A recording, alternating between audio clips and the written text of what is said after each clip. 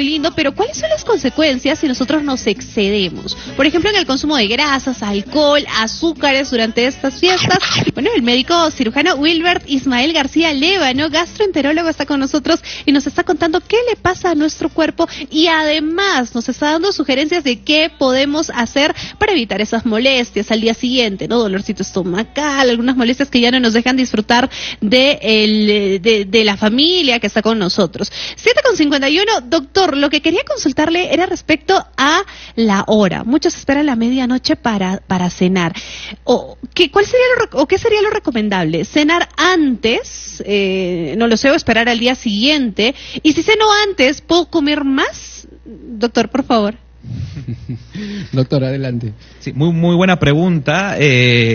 Generalmente nuestro organismo está diseñado para en la cena no tener alimentos en gran cantidad, ¿no? Siempre tenemos que evitar excesos en las cenas, evitar cenas muy tardías, porque en pacientes con reflujo gastroesofágicos puede incrementar las molestias, ¿no? Entonces se recomienda las cenas que sean lo más tempranas posibles, quizás limitar el consumo o el exceso de las grasas, el alcohol, y también como recomendación adicional los ayunos prolongados también, que es el otro extremo, también sería recomendable evitarlo, ¿no? Doctor, yo le voy a hacer dos preguntas puntuales y tienen que ver con el pavo.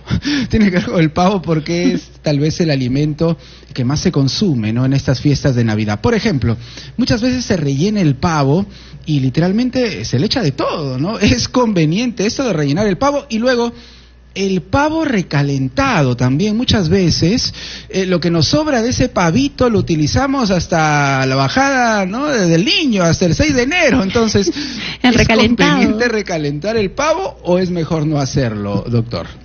Siempre lo recomendable es evitar las comidas recalentadas, ¿no? Ajá. Nuestro organismo todavía no está preparado para tener esos tipos de alimentos porque peora las molestias digestivas, ¿no? Uh-huh. Entonces, no al recalentado.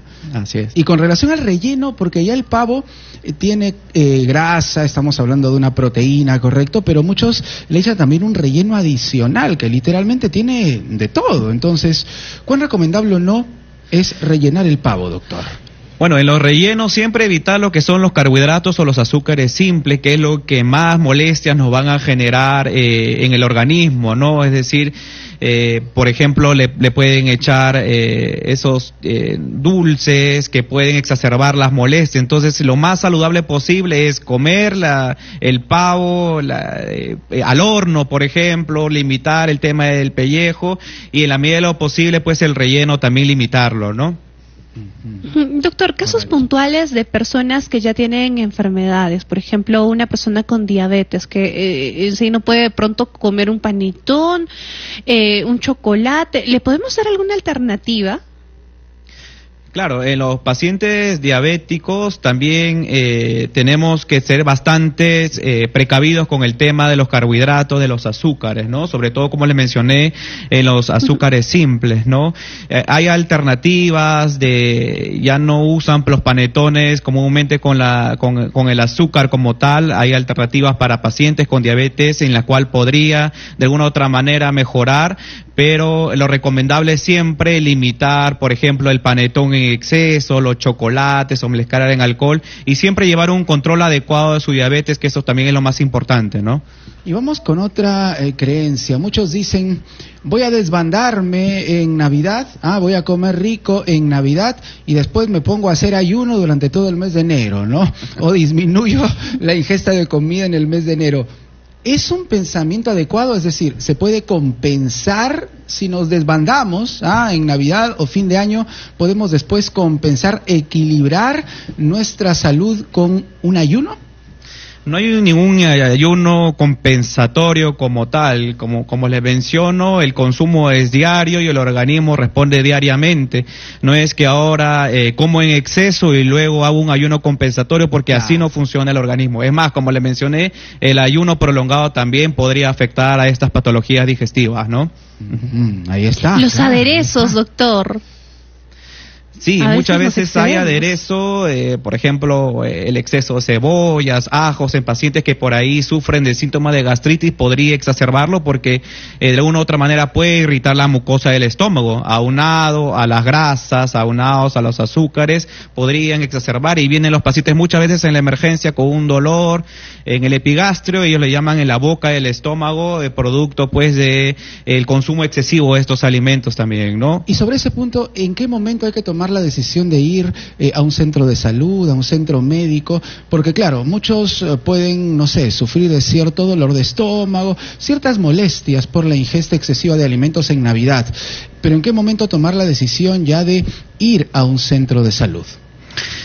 Es importante, sobre todo, que la gastritis, o hablando de la gastritis, una patología también frecuente en nuestro medio, descartar una bacteria que se llama el Helicobacter pylori, y por lo general esto se presenta cuando el paciente comienza con un dolor en la boca del estómago, comienza a sentir distensión abdominal, se llena de gases.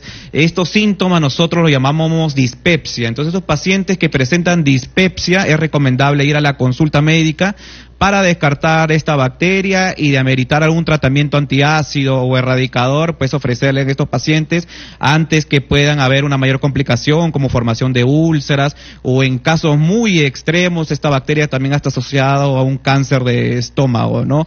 Adicionalmente, déjame comentarte, hay signos de alarma que los pacientes sí deberían tener en cuenta. ¿Cuáles son? Y que inmediatamente deberían ir a la emergencia, ¿no? En pacientes que tienen dificultad para poder tragar los alimentos, nosotros los llamamos disfagia, o pacientes que vienen con un sangrado digestivo, es decir, vómitos con sangre, o las heces negras que le llamamos melena, es un signo de alarma para poder acudir inmediatamente a un gastroenterólogo, y si el paciente también asociado hay pérdida de peso, ¿no? Son signos de alarma que sí o sí debería ir a un gastroenterólogo para hacer algunos exámenes adicionales. Muy bien. Estar atentos entonces a los consejos. Doctor, muchas gracias. Gracias por esos consejos y esas recomendaciones que las vamos a aplicar, créanos, durante la Navidad y el Año Nuevo. Muy amable.